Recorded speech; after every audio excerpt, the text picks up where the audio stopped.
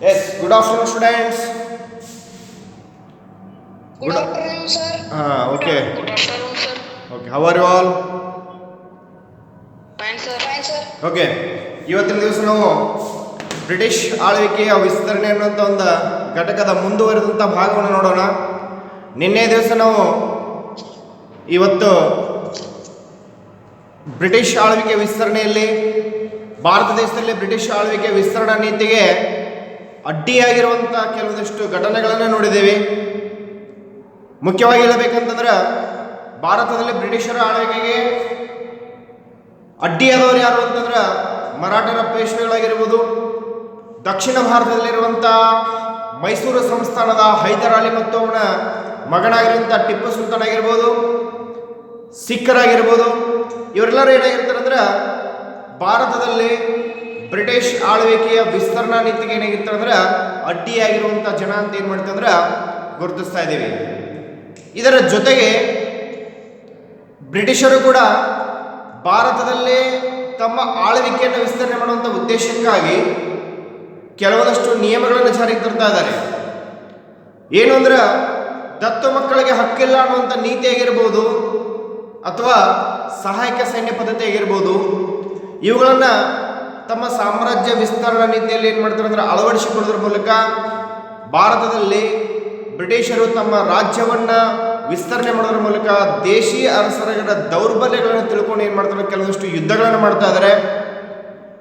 ಆ ಯುದ್ಧಗಳಲ್ಲಿ ಮುಖ್ಯವಾಗಿ ಹೇಳಬೇಕಂದ್ರೆ ಆಂಗ್ಲೋ ಮರಾಠ ಯುದ್ಧಗಳಾಗಿರ್ಬೋದು, ಆಂಗ್ಲೋ ಮೈಸೂರು ಯುದ್ಧಗಳಾಗಿರ್ಬೋದು, ಆಂಗ್ಲೋ ಸಿಖ್ ಯುದ್ಧಗಳಾಗಿರ್ಬೋದು, ಇವು ಎಲ್ಲ ಯುದ್ಧಗಳ ಮೂಲಕ ಏನಪ್ಪ ಅಂದ್ರೆ ಭಾರತದಲ್ಲಿ ಬ್ರಿಟಿಷರು ತಮ್ಮ ರಾಜ್ಯವನ್ನು ವಿಸ್ತರಣೆ ಮಾಡುವಂಥ ನಿಟ್ಟಿನೊಳಗೆ ಏನು ಮಾಡ್ತಾರೆ, ಪ್ರಯತ್ನವನ್ನು ಮಾಡ್ತಾ ಇದ್ದಾರೆ. ಮೊದಲನೇದಾಗಿ ನೋಡಿದ್ದೇವೆ ಆಂಗ್ಲೋ ಮರಾಠ ಯುದ್ಧ. ಆಂಗ್ಲೋ ಮರಾಠ ಯುದ್ಧದಲ್ಲಿ ಮೊದಲನೇ ಆಂಗ್ಲೋ ಮರಾಠ ಯುದ್ಧ ನೋಡಿದ್ದೀವಿ 1775ರಿಂದ 1782 ಅಂತ ನೋಡಿದ್ದೀವಿ. ಮೊದಲನೇ ಆಂಗ್ಲೋ ಮರಾಠ ಯುದ್ಧಕ್ಕೆ ಸಾಕಷ್ಟು ಕಾರಣಗಳನ್ನು ನೋಡಿದ್ದೀವಿ. ಮುಖ್ಯವಾಗಿರುವಂಥ ಕಾರಣ ಏನಂದ್ರೆ ಈಗಾಗಲೇ ಬಕ್ಸರಾ ಕದನದಲ್ಲಿ ಬ್ರಿಟಿಷರ ವಿರುದ್ಧ ಸೋತಿರುವಂಥ ಮೊಘಲರ ಚಕ್ರವರ್ತಿ ಇರುವಂಥ ಎರಡನೇ ಶಾ ಆಲಮನನ್ನ ಮರಾಠರ ಕರೆತಂದು ಏನು ಮಾಡ್ತಾರೆ, ದೆಹಲಿ ಸಿಂಹಾಸನದ ಮೇಲೆ ಕುಂದಿರಿಸ್ತಾ ಇದ್ದಾರೆ.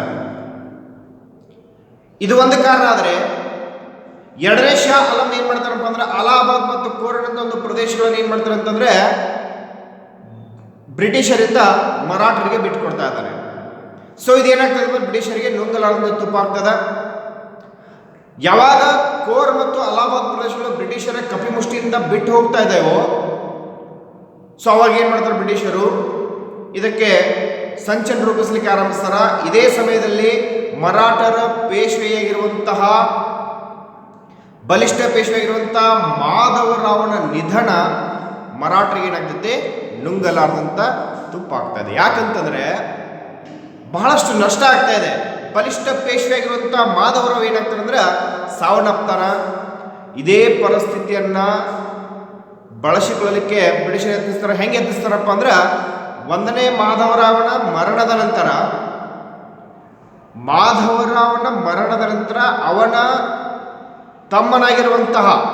ಅವನ ತಮ್ಮನಾಗಿರುವಂತಹ ಪೇಶ್ವೆ ಸ್ಥಾನಕ್ಕೆ ನಾರಾಯಣರಾವ್ ಬರ್ತಾ ಇದ್ದಾನೆ.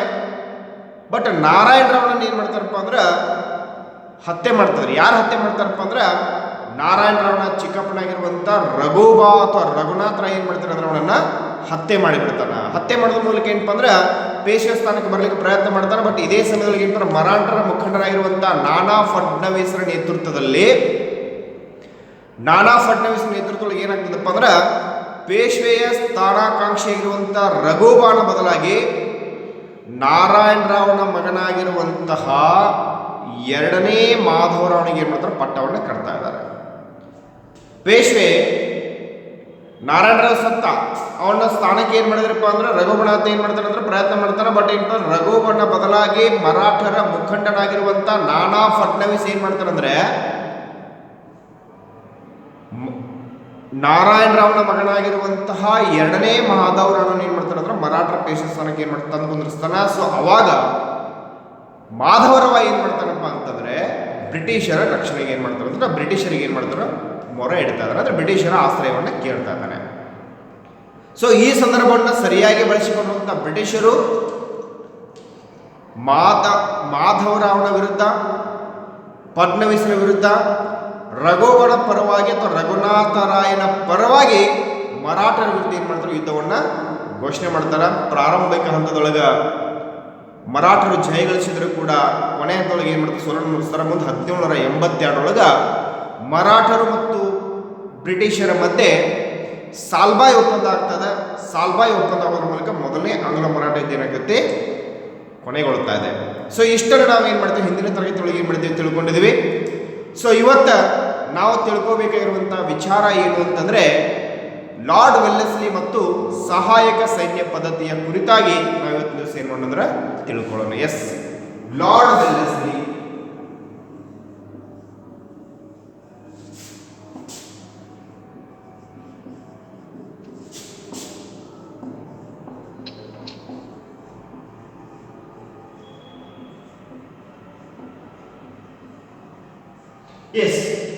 ಲಾರ್ಡ್ ವೆಲ್ಲೆಸ್ಲಿ ಮತ್ತು ಸಹಾಯಕ ಸೈನ್ಯ ಪದ್ಧತಿ ಕುರಿತಾಗಿ ಏನಂತ ತಿಳ್ಕೊಳ್ಳೋಣ. 1798ರಿಂದ 1805 ಅವಧಿ.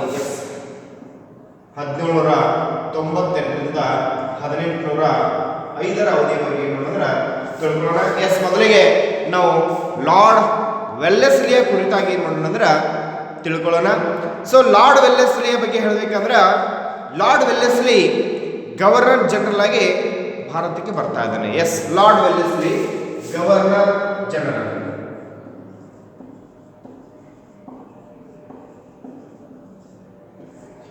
ಬ್ರಿಟಿಷರ ಗವರ್ನರ್ ಜನರಲ್ ಆಗಿ ಭಾರತಕ್ಕೆ ಯಾರು ಬರ್ತಾ ಇದ್ದಾರಪ್ಪ ಅಂದ್ರೆ ಲಾರ್ಡ್ ವೆಲ್ಲೆಸ್ಲಿ ಬರ್ತಾ ಇದ್ದಾನೆ.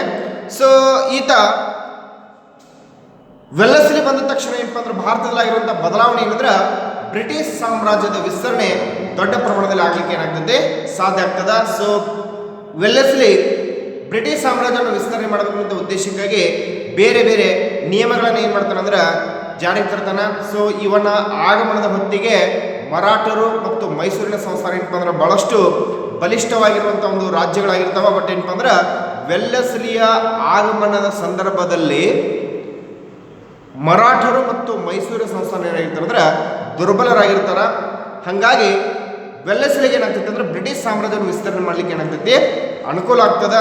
ಸೊ ಹಂಗಾಗಿ ಏನಪ್ಪ ಅಂದ್ರೆ ಕೆಲವೊಂದಿಷ್ಟು ನಿಯಮಗಳನ್ನು ಅನುಸರಿಸ್ತಾನೆ. ಮುಖ್ಯವಾಗಿ ಏನಪ್ಪ ಅಂದ್ರೆ ವೆಲ್ಲೆಸ್ಲಿ ತನ್ನ ರಾಜ್ಯವನ್ನು ವಿಸ್ತರಣೆ ಮಾಡಬೇಕನ್ನುವಂಥ ಉದ್ದೇಶಕ್ಕಾಗಿ ಪ್ರಮುಖವಾಗಿ 3 ನಿಯಮಗಳನ್ನು ಏನು ಮಾಡ್ತಾರೆ ಅಂದ್ರೆ ಅನುಸರಿಸ್ತಾನೆ. ಅವು ಯಾವ್ಯಾವಪ್ಪ ಅಂದ್ರೆ, ಒಂದು ಸಹಾಯಕ ಸೈನ್ಯ ಪದ್ಧತಿ. ನೋಡಿ, ರಾಜ್ಯ ವಿಸ್ತರಣೆಗಾಗಿ ನೋಡಿ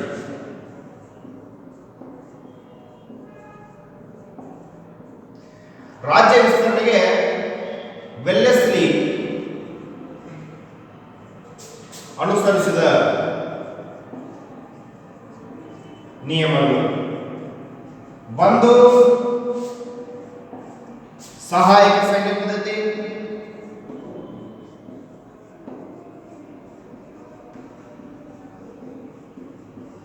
ನೋಡಿ ವೆಲ್ಲೆಸ್ಲಿ ಏನ್ ಮಾಡ್ತಾನೆ, ತನ್ನ ರಾಜ್ಯವನ್ನು ವಿಸ್ತರಣೆ ಮಾಡುವಂತ ಉದ್ದೇಶಕ್ಕಾಗಿ ಏನಪ್ಪ 3 ನಿಯಮಗಳನ್ನು ಅನುಸರಿಸ್ತಾನ. ಮೊದಲನೇ ಯಾವುದು ಅಂದ್ರೆ ಸಹಾಯಕ ಸೈನ್ಯ ಪದ್ಧತಿ. ಎರಡನೇದು ಏನಪ್ಪ ಅಂದ್ರೆ ಹೊಸ ರಾಜ್ಯಗಳ ಮೇಲೆ ಯುದ್ಧಗಳು.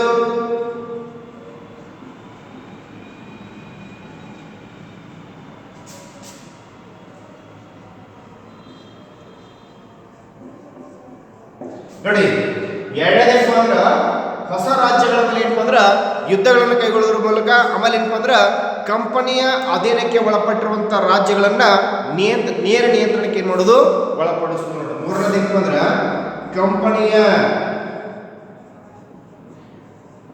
ಅಧೀನಕ್ಕೆ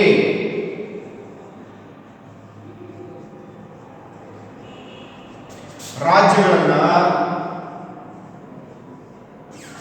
ನೇರ ನಿಯಂತ್ರಣಕ್ಕೆ ಒಳಪಡಿಸುವುದು.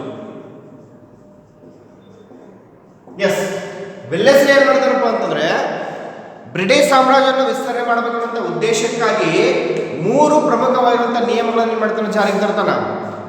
ಒಂದು ಸಹಾಯಕ ಸೈನ್ಯ ಪದ್ಧತಿ, 2 ಹೊಸ ರಾಜ್ಯಗಳ ಮೇಲೆ ಯುದ್ಧಗಳನ್ನು ಕೈಗೊಳ್ಳುವುದು, 3ನೇದು ಏನಪ್ಪ ಅಂದ್ರೆ ಕಂಪನಿಯ ಅಧೀನಕ್ಕೆ ಒಳಪಟ್ಟಿರುವಂಥ ರಾಜ್ಯಗಳನ್ನ ನೇರ ನಿಯಂತ್ರಣಕ್ಕೆ ಒಳಪಡಿಸುವುದು. ಕಂಪನಿಯ ನಿಯಂತ್ರಣ ಅಂದ್ರೆ ಬ್ರಿಟಿಷ್ ಈಸ್ಟ್ ಇಂಡಿಯಾ ಕಂಪನಿಯ ನಿಯಂತ್ರಣಕ್ಕೆ ಒಳಪಟ್ಟಿರುವಂತಹ ರಾಜ್ಯಗಳನ್ನ ನೇರ ನಿಯಂತ್ರಣಕ್ಕೆ ಒಳಪಡಿಸೋದ್ರ ಮೂಲಕ ಏನಪ್ಪ ಅಂದ್ರೆ ವೆಲ್ಲೆಸ್ಲಿ ಬ್ರಿಟಿಷ್ ಸಾಮ್ರಾಜ್ಯವನ್ನು ವಿಸ್ತರಣೆ ಮಾಡ್ಲಿಕ್ಕೆ ಏನ್ ಮಾಡ್ತಾರ ಅಂದ್ರೆ ಪ್ರಯತ್ನ ಮಾಡ್ತಾರ. ಸೊ ಇದು ಕೂಡ ಏನಂದ್ರ 2 ಮಾರ್ಕ್ಸ್ ಬರುವಂತ ಒಂದು ಪ್ರಶ್ನೆ.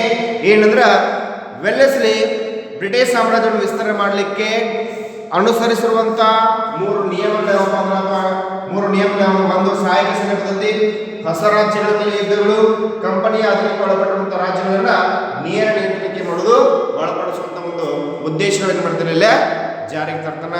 ಸೊ ಹಂಗಂತಂದ್ರ ಸಹಾಯಕ ಸೈನ್ಯ ಪದ್ಧತಿಯ ಬಗ್ಗೆ ತಿಳ್ಕೊಳ್ಳೋಣ. ಮೊದಲನೇದಾಗಿ ಸಹಾಯಕ ಸೈನ್ಯ ಪದ್ಧತಿ. ಹಾಗಾದ್ರೆ ಸಹಾಯಕ ಸೈನ್ಯ ಪದ್ಧತಿ ಅಂದ್ರೆ ಏನು ಅನ್ನುವಂಥ ಒಂದು ವಿಚಾರಗಳನ್ನ ತಿಳ್ಕೊಳ್ಳೋಣ. ಸೊ ಇಲ್ಲಿ ಮೊದಲನೇದಾಗಿರುವಂಥದ್ದು ಸಹಾಯಕ ಸೈನ್ಯ ಪದ್ಧತಿ.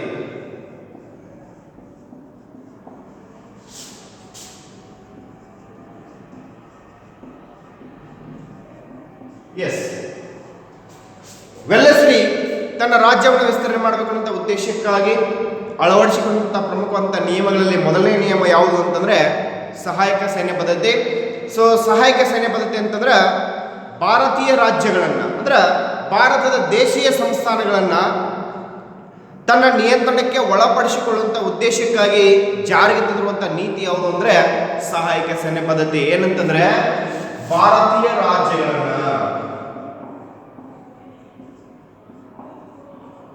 ಭಾರತೀಯ ರಾಜ್ಯಗಳನ್ನ ನೇರ ನಿಯಂತ್ರಣಕ್ಕೆ ಅಂದ್ರೆ ಈ ದೇಶೀಯ ಅರಸಗಳೇನಿದಾರಲ್ಲ ಭಾರತದಲ್ಲಿರುವಂತಹ ಸಣ್ಣ ಪುಟ್ಟ ರಾಜ್ಯಗಳನ್ನ ಏನ್ ಮಾಡ್ತಾರಪ್ಪ ಅಂತಂದ್ರ ನಿಯಂತ್ರಣಕ್ಕೆ ಒಳಪಡಿಸಿಕೊಳ್ಳುವಂಥದ್ದು.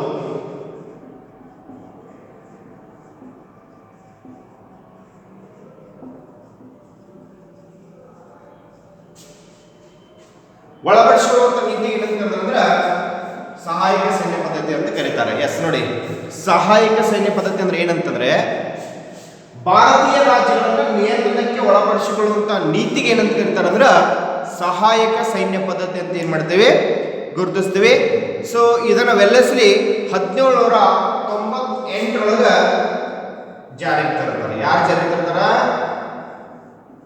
ವೆಲ್ಲೆಸ್ಲಿ ಅನ್ನುವಂಥ ಅಧಿಕಾರಿ ಏನ್ ಮಾಡ್ತಾರೆ, ಗವರ್ನರ್ ಜನರಲ್ ಅಂತ ವ್ಯಕ್ತಿ ಏನ್ ಮಾಡ್ತಾರೆ ಅಂತಂದ್ರೆ ಬ್ರಿಟಿಷರ ಗವರ್ನರ್ ಜನರಲ್ ಆಗಿರುವಂತ ವೆಲ್ಲೆಸ್ಲಿ 1798 ಸಹಾಯಕ ಸೈನ್ಯ ಪದ್ಧತಿ ಅನ್ನುವಂಥ ನೀತಿಯನ್ನು ಏನ್ ಮಾಡ್ತಾನೆ ಅಂದ್ರೆ ಜಾರಿಗೆ ತರ್ತಾನ. ಸೊ ಆ ಮೂಲಕ ದೇಶೀಯ ರಾಜ್ಯಗಳನ್ನ ತನ್ನ ನಿಯಂತ್ರಣಕ್ಕೆ ತೆಗೆದುಕೊಳ್ಳುವಂತ ಒಂದು ಪ್ರಯತ್ನಗಳನ್ನ ಏನಪ್ಪಾ ಅಂದ್ರೆ ಈ ಯೋಜನೆ ಮೂಲಕ ಏನಪ್ಪ ಹಾಕೊಳ್ಳಿಕ್ಕೆ ಪ್ರಯತ್ನ ಮಾಡ್ತಾನ. ಸೊ ಹಂಗಾಗಿ ಏನಪ್ಪ ಅಂದ್ರೆ ಸಹಾಯಕ ಸೈನ್ಯ ಪದ್ಧತಿ ಏನಪ್ಪ ಬ್ರಿಟಿಷ್ ಈಸ್ಟ್ ಇಂಡಿಯಾ ಕಂಪನಿ ಮತ್ತು ಭಾರತೀಯ ರಾಜ್ಯಗಳ ನಡುವಿನ ಒಂದು ಸೈನಿಕ ಒಪ್ಪಂದ. ನೋಡಿ, ಇದು British East India company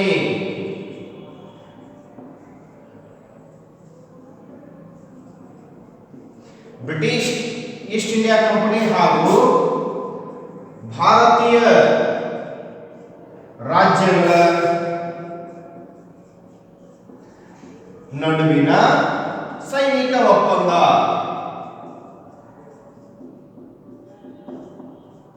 S, ಸಹಾಯಕ ಸೈನ್ಯ ಪದ್ಧತಿ ಅನ್ನೋದು ಏನಾಯ್ತಂದ್ರೆ ನಾ ಈಗಾಗಲೇ ಹೇಳಿದೀನಪ್ಪ ಅಂದ್ರೆ ದೇಶೀಯ ರಾಜ್ಯಗಳನ್ನ ತನ್ನ ನಿಯಂತ್ರಣಕ್ಕೆ ಒಳಪಡಿಸಿಕೊಳ್ಳುವಂತ ಉದ್ದೇಶಕ್ಕಾಗಿ ಏನಪ್ಪ ಅಂದ್ರೆ ಲಾರ್ಡ್ ವೆಲ್ಲೆಸ್ಲಿ ಜಾರಿಗೆ ತಂದಿರುವಂತ ನೀತಿ ಯಾವುದು ಸಹಾಯಕ ಸೈನ್ಯ ಪದ್ಧತಿ 1798 ಲಾರ್ಡ್ ವೆಲ್ಲೆಸ್ಲಿ ಏನ್ ಮಾಡ್ತಾರೆ ಅಂದ್ರೆ ಜಾರಿಗೆ ತರ್ತಾರೆ. ಸೊ ಹಾಗಾಗಿ ಏನಪ್ಪ ಅಂದ್ರೆ ಇದು ಬ್ರಿಟಿಷ್ ಈಸ್ಟ್ ಇಂಡಿಯಾ ಕಂಪನಿ ಹಾಗೂ ಭಾರತೀಯ ರಾಜ್ಯಗಳ ನಡುವಿನ ಸೈನಿಕ ಒಪ್ಪಂದ ಅಂತ ಯಾವುದು ಅಂತಂದ್ರೆ ಸಹಾಯಕ ಸೈನ್ಯ ಪದ್ಧತಿ ಅಂತ ನೋಡಿ. ಏನಂದ್ರೆ ಬ್ರಿಟಿಷ್ ಈಸ್ಟ್ ಇಂಡಿಯಾ ಕಂಪನಿ ಹಾಗೂ ಭಾರತೀಯ ರಾಜ್ಯಗಳ ನಡುವಿನ ಒಂದು ಸೈನಿಕ ಒಪ್ಪಂದ ಯಾವುದು ಅಂತಂದ್ರೆ ಸಹಾಯಕ ಸೈನ್ಯ ಪದ್ಧತಿ ಅಂತ ಹೇಳ್ತೀವಿ. ಈ ಸಹಾಯಕ ಸೈನ್ಯ ಪದ್ಧತಿಗೆ ಕೆಲವೊಂದಷ್ಟು ನಿಬಂಧನೆಗಳದಾವ, ಕೆಲವೊಂದಷ್ಟು ಏನಪ್ಪ ಅಂದ್ರೆ ನಿಯಮಗಳದಾವ. ಸೊ ಹಂಗಂತಂದ್ರೆ ಸಹಾಯಕ ಸೈನ್ಯ ಪದ್ಧತಿಯ ನಿಬಂಧನೆಗಳನ್ನು ನೋಡೋಣ. ಎಸ್, ಸಹಾಯಕ ಸೈನ್ಯ ಪದ್ಧತಿಯ ನಿಬಂಧನೆಗಳು.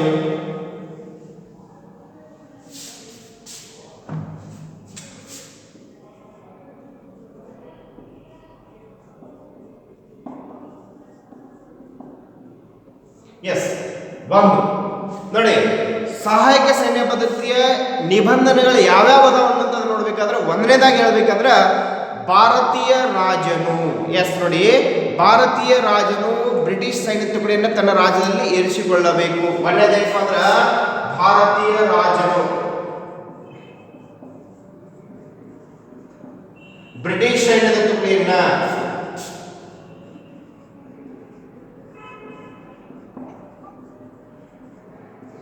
ಏನ್ ಮಾಡಬೇಕು?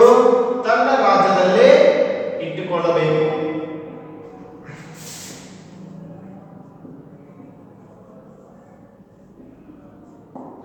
ಇದು ಒಂದನೇದು.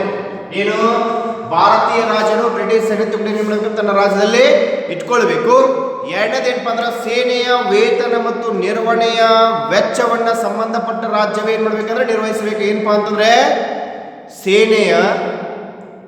ಸೇನೆಯ ವೇತನ ಮತ್ತು ನಿರ್ವಹಣಾ ವೆಚ್ಚವನ್ನ ಎರಡನೇದು ನೋಡ್ರಿ, ಸೇನೆಯ ವೇತನ ಮತ್ತು ನಿರ್ವಹಣಾ ವೆಚ್ಚವನ್ನ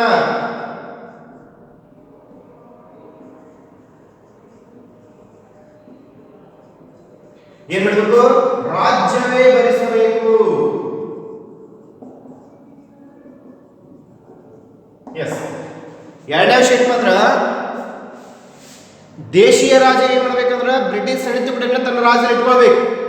ಆ ಸೇನೆಯ ವೇತನ ಮತ್ತು ನಿರ್ವಹಣಾ ವೆಚ್ಚವನ್ನು ರಾಜ್ಯವೇ ಏನ್ ಮಾಡ್ಬೇಕಂದ್ರ ಭರಿಸಬೇಕು. ಇಲ್ಲವೇ ಏನಪ್ಪ ನಿರ್ದಿಷ್ಟ ಕಂದಾಯದ ಪ್ರದೇಶವನ್ನು ಬಿಟ್ಟುಕೊಡ್ಬೇಕು. ಎರಡನೇ ಇಲ್ಲವೇ ಅದ್ರಾಗ ಏನಂದ್ರ ನಿರ್ದಿಷ್ಟ ಕಂದಾಯ ಪ್ರದೇಶವನ್ನು ಏನ್ ಮಾಡಬೇಕು? ಬಿಟ್ಟುಕೊಡಬೇಕು. ಎಸ್ ನೋಡಿ, ಏನಂತಂದ್ರೆ ಸೇನೆಯ ವೇತನ ಮತ್ತು ನಿರ್ವಹಣಾ ವೆಚ್ಚವನ್ನು ರಾಜ್ಯವೇ ಭರಿಸಬೇಕು. ಇಲ್ಲವೇ ಇಲ್ಲಂದ್ರೆ ಏನ್ ಮಾಡ್ಬೇಕಂದ್ರ ನಿರ್ದಿಷ್ಟ ಕಂದಾಯ ಪ್ರದೇಶವನ್ನ ಏನ್ ಮಾಡ್ಬೇಕಂದ್ರ ಬ್ರಿಟಿಷರಿಗೆ ಬಿಟ್ಟುಕೊಡಬೇಕು. ಇದು ಎರಡನೇ ಪ್ರಮುಖವಾಗಿರುವಂತಹ ಒಂದು ನಿಯಮ ಆಗಿತ್ತು. ಯಾವ್ದು? ಸಹಾಯಕ ಸೈನ್ಯ ಪದ್ಧತಿ ಎರಡನೇ ಪ್ರಮುಖ ನಿಯಮ. ಮೂರನೇದು ಏನಪ್ಪ ಅಂದ್ರ ರಾಜನ ಆಸ್ಥಾನದಲ್ಲಿ ಬ್ರಿಟಿಷರ ರೆಸಿಡೆಂಟ್ ಅನ್ನು ಏನ್ ಮಾಡ್ಬೇಕಂದ್ರೆ ನೇಮಿಸಿಕೊಳ್ಳಬೇಕು. ಎಸ್, ಮೂರನೇದು ರಾಜನ ಆಸ್ಥಾನದಲ್ಲಿ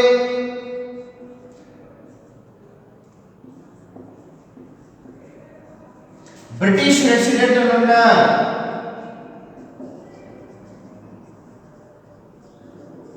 ನೇಮಿಸಿಕೊಳ್ಳಬೇಕು.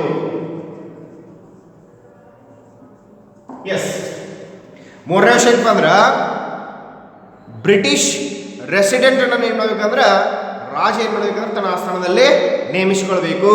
ನಾಲ್ಕನೇದು ಏನಪ್ಪ ಅಂದ್ರ ಬ್ರಿಟಿಷರ ಅನುಮತಿ ಇಲ್ಲದೆ ಯಾವುದೇ ಯುರೋಪಿಯನ್ನರನ್ನ ನೇಮಿಸಿಕೊಳ್ಳುವಂತಿಲ್ಲ.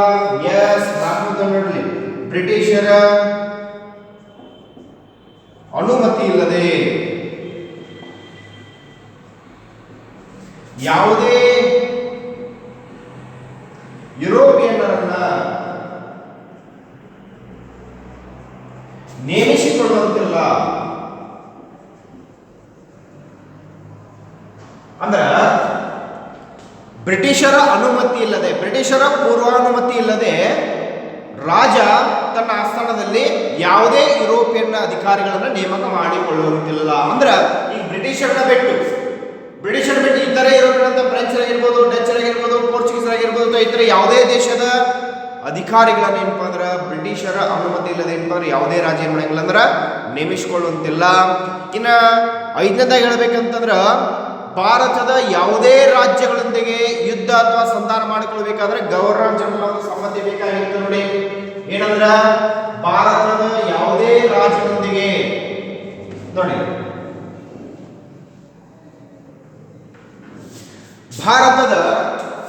ಐದನೇದು ಭಾರತದ ಯಾವುದೇ ರಾಜನೊಂದಿಗೆ ಯುದ್ಧ ಅಥವಾ ಸಂಧಾನ ಒಪ್ಪಂದ ಮಾಡಿಕೊಳ್ಳಬೇಕಾದ್ರೆ ಗವರ್ನರ್ ಜನರಲ್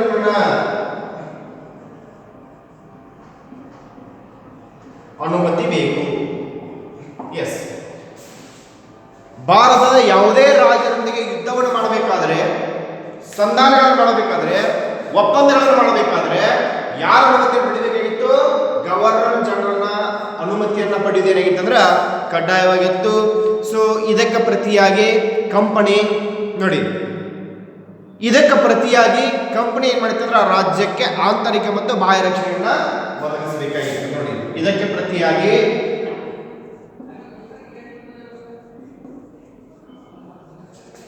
ಕಂಪನಿಯು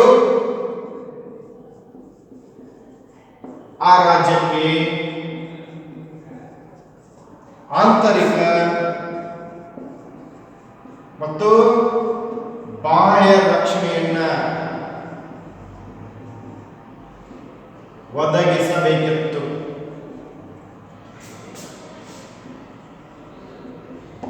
ಇವು ಏನಪ್ಪ ಅಂದ್ರೆ ಸಹಾಯಕ ಸೈನ್ಯ ಪದ್ಧತಿಯ ಪ್ರಮುಖವಾಗಿರುವಂತಹ ನಿಬಂಧನೆಗಳು.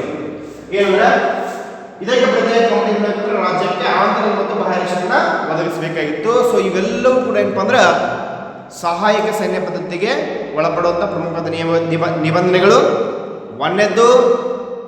ಒಂದನೇ ನಿಯಮ ಏನು ಹೇಳ್ತದಪ್ಪ ಅಂತಂದ್ರೆ ಭಾರತೀಯ ರಾಜರು ಬ್ರಿಟಿಷ್ ಸೈನ್ಯ ತುಕಡಿಯನ್ನು ತನ್ನ ರಾಜ್ಯದೊಳಗೆ ಏನು ಮಾಡಬೇಕಾಗಿತ್ತು, ಇಟ್ಕೋಬೇಕಾಗಿತ್ತು.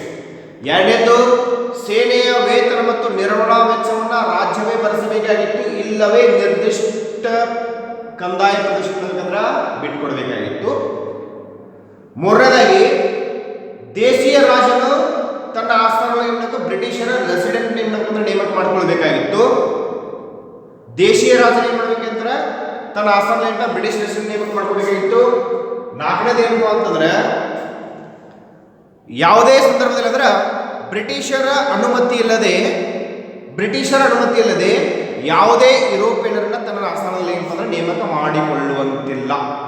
ಐದನೇದಾಗಿ ಹೇಳ್ಬೇಕಂತಂದ್ರೆ ಭಾರತದ ಯಾವುದೇ ರಾಜನ ಮೇಲೆ ಯುದ್ಧ ಅಥವಾ ಸಂಧಾನವನ್ನು ಮಾಡಿಕೊಳ್ಬೇಕಾದ್ರೆ ಗವರ್ನರ್ ಜನರಲ್ ಅನುಮತಿಯನ್ನು ಪಡೆದೇನಾಗಿತ್ತು, ಕಡ್ಡಾಯವಾಗಿತ್ತು. ಐದನೇದಾಗಿ ಹೇಳ್ಬೇಕಂದ್ರೆ ಈ ಎಲ್ಲಕ್ಕೆ ಪ್ರತಿಯಾಗಿ ಕಂಪನಿ ಏನ್ ಮಾಡ್ತಿದ್ದಪ್ಪ ಅಂದ್ರೆ ದೇಶೀಯ ರಾಜನಿಗೆ ಆಂತರಿಕ ಮತ್ತು ಬಾಹ್ಯ ರಕ್ಷಣೆ ಮಾಡಿತ್ತಂದ್ರೆ ಒದಗಿಸಬೇಕಾಗಿತ್ತು. ಸೊ ಎಲ್ಲ 6 ಅಂಶಗಳು ಸಹಾಯಕ ಸೈನ್ಯ ಪದ್ಧತಿಯ ನಿಬಂಧನೆಗಳು. 3 ಅಂಕಕ್ಕೆ ಬರುವಂತ ಒಂದು ಪ್ರಶ್ನೆ ಏನಂದ್ರೆ ಸಹಾಯಕ ಸೈನ್ಯ ಪದ್ಧತಿಯ ನಿಬಂಧನೆಗಳನ್ನ ಬರೆಯಿರಿ ಅಂತ ಒಂದು ಪ್ರಶ್ನೆ ಬಂದಾಗ ಈ ಎಲ್ಲಾ ಅಂಶಗಳನ್ನು ಹಾಕಿದ್ರೆ ಬರೀಬೇಕು. ಎಸ್, ಹಾಗಾದ್ರೆ ಸಹಾಯಕ ಸೈನ್ಯ ಪದ್ಧತಿಯನ್ನ ಜಾರಿಗೆ ತಂದರು ಲಾರ್ಡ್ ವೆಲ್ಲೆಸ್ಲಿ 1798 ಏನಪ್ಪ ಜಾರಿಗೆ ತಂದ. ಸಹಾಯಕ ಸೈನ್ಯ ಪದ್ಧತಿ ಅನ್ನುವಂಥದ್ದು ಏನಪ್ಪಾ ಅಂದ್ರೆ ದೇಶೀಯ ರಾಜ್ಯಗಳನ್ನ ತನ್ನ ನಿಯಂತ್ರಣಕ್ಕೆ ಒಳಪಡಿಸಿಕೊಳ್ಳುವುದು ಏನಪ್ಪ ಸಹಾಯಕ ಸೈನ್ಯ ಪದ್ಧತಿ. ಅಥವಾ ಇನ್ನೊಂದು ಅರ್ಥವಾಗಿ ಏನಪ್ಪಾ ಅಂದ್ರೆ ಬ್ರಿಟಿಷ್ ಈಸ್ಟ್ ಇಂಡಿಯಾ ಕಂಪನಿ ಹಾಗೂ ದೇಶೀಯ ರಾಜ್ಯಗಳ ನಡುವಿನ ಒಂದು ಸೈನಿಕ ಒಪ್ಪಂದವೇ ಯಾವುದೋ ಸಹಾಯಕ ಸೈನ್ಯ ಪದ್ಧತಿ ಆಗಿತ್ತು. ಇದಕ್ಕೆ ಸಾಕಷ್ಟು ನಿಬಂಧನೆಗಳಿದ್ದು. ಏನು ನಿಬಂಧನೆಗಳಿದ್ದಪ್ಪ ಅಂದ್ರೆ ಒಂದು ಸಹಾಯಕ ಸೈನ್ಯ ಪದ್ಧತಿಯ ನಿಬಂಧನೆ ದೇಶೀಯ ರಾಜ್ಯವು ಬ್ರಿಟಿಷರ ಸೈನ್ಯದ ತನ್ನ ರಾಜ್ಯದಲ್ಲೇ ಇಟ್ಟುಕೊಳ್ಳಬೇಕು. ಎಸ್, ಒಂದೇನಿತ್ತಂದ್ರ ದೇಶೀಯ ಅರಸನು ದೇಶೀಯ ರಾಜನು ಬ್ರಿಟಿಷರ ಸೈನ್ಯದ ತುಕಡಿ ಏನ್ ಮಾಡಬೇಕಂತ ತನ್ನ ರಾಜ್ಯದಲ್ಲಿ ಇಟ್ಕೊಳ್ಳಬೇಕು. ಎರಡನೇದು ಏನಪ್ಪ ಅಂದ್ರೆ ಆ ಸೇನೆಯ ವೆಚ್ಚ ಹಾಗೂ ನಿರ್ವಹಣೆಯನ್ನು ಏನ್ ಮಾಡಬೇಕಂದ್ರೆ ರಾಜ್ಯವೇ ಭರಿಸಬೇಕಾಗಿತ್ತು, ಇಲ್ಲವೇ ನಿರ್ದಿಷ್ಟ ಕಂದಾಯದ ಭೂಪ್ರದೇಶಗಳಂದ್ರೆ ಬಿಟ್ಟುಕೊಡ್ಬೇಕಾಗಿತ್ತು. ಮೂರನೇದು ದೇಶೀಯ ರಾಜನ ಏನಪ್ಪ ಅಂದ್ರೆ ತನ್ನ ಆಸ್ಥಾನದಲ್ಲಿ ಒಬ್ಬ ಬ್ರಿಟಿಷ್ ರೆಸಿಡೆಂಟ್ ಏನ್ ಮಾಡಬೇಕಾಗಿತ್ತು ಅಂದ್ರೆ ನೋಡ್ಕೋಬೇಕಾಗಿತ್ತು ಅಥವಾ ಇಟ್ಕೊಳ್ಬೇಕಾಗಿತ್ತು.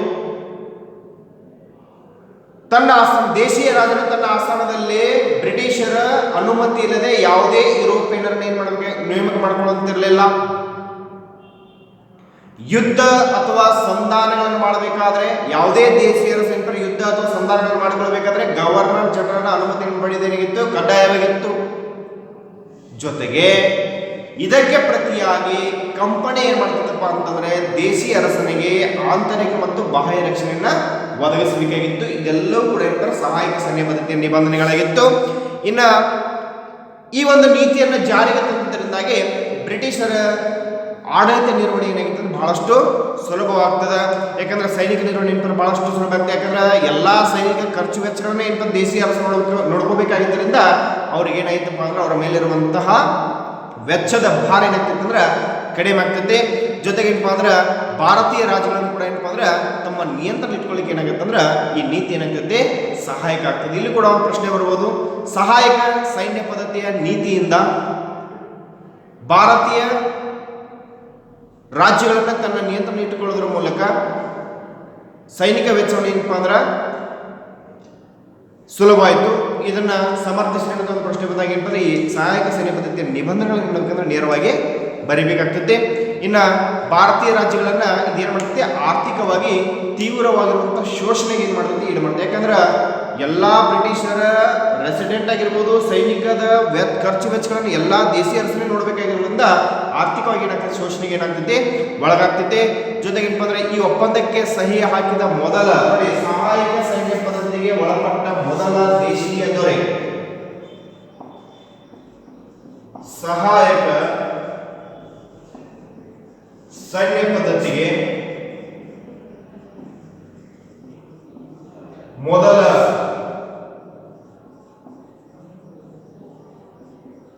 ದೊರೆ ಯಾರು ಅಂದ್ರೆ ಹೈದರಾಬಾದಿನ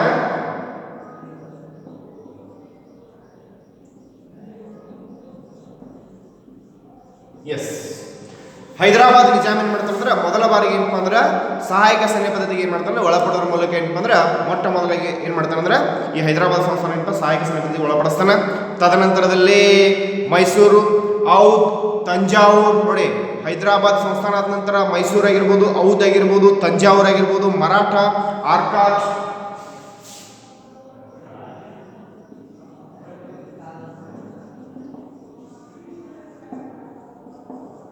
ಮರಾಠ,